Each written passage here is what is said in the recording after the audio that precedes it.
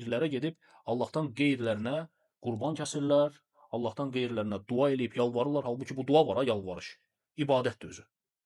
Allah Teala Quran-ı Kerimdə buyurur ki: "Və qala rabbukum ud'uni estecib lekum." Rəbbiniz buyurdu ki, mənə dua eləyin, sizin duanızı qəbul eləyim.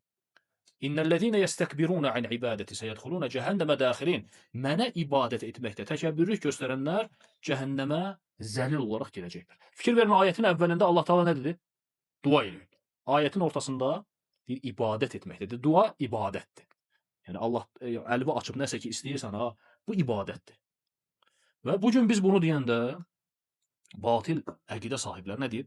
Deyir, onda həkimə də getmə da, həkimdən bəs həkim də səbəbdir. Nə dəxlisi var? Məyər bu gün bir insan həkimə gedir, ölü həkimin yanına gedir, qəbirdə olan həkimin yanına gedirsən, yoxsa diri həkimin yanına gedirsən? Diri həkimin yanına gedirsən. Hansı insan gedir ölü həkimin yanına? Heç kəs. Diri həkimin. Və ya bu gün mən bir qardaşa deyirəm ki, mənə bir şey ver, məsələn, stəkanı ver bura. Bu ibadətdir? Yox. Bu onu qadirdir, gücü çatır, onu verir mənə. Bir də var, mən əlimi açıram, qəbirdə olana, deyirəm mənə evlad ver, mənə ruzi ver. Bu artıq nədir? Şirk qoşmaqdır. Allaha şərik qoşmaqdır. Və bunu Qur'anı oxuyanda, Qur'an-ı Kərimə nəzər salanda apaçıq bu məsələlər görsənir Qur'an-ı Kərimdə. Və şirk ən böyük günahdır, Allaha şərik qoşmaq. Allah Teala Qur'an-ı Kərimdə buyurur ki, Allah şübhəsiz ki, Allah ona şərik qoşmağı əsla bağışlamaz və bundan başqa günahları dilədiyinə bağışlayır.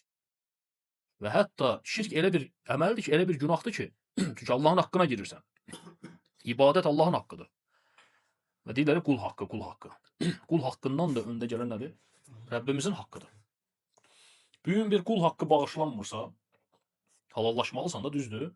Və insan fikirləşin ki, Allahın birbaşa haqqına girirsə, ibadət Allaha xasdır, başqasına yönəldirsə, başqa Allahın haqqına girir. Bəs bunun haqqını kim verəcək?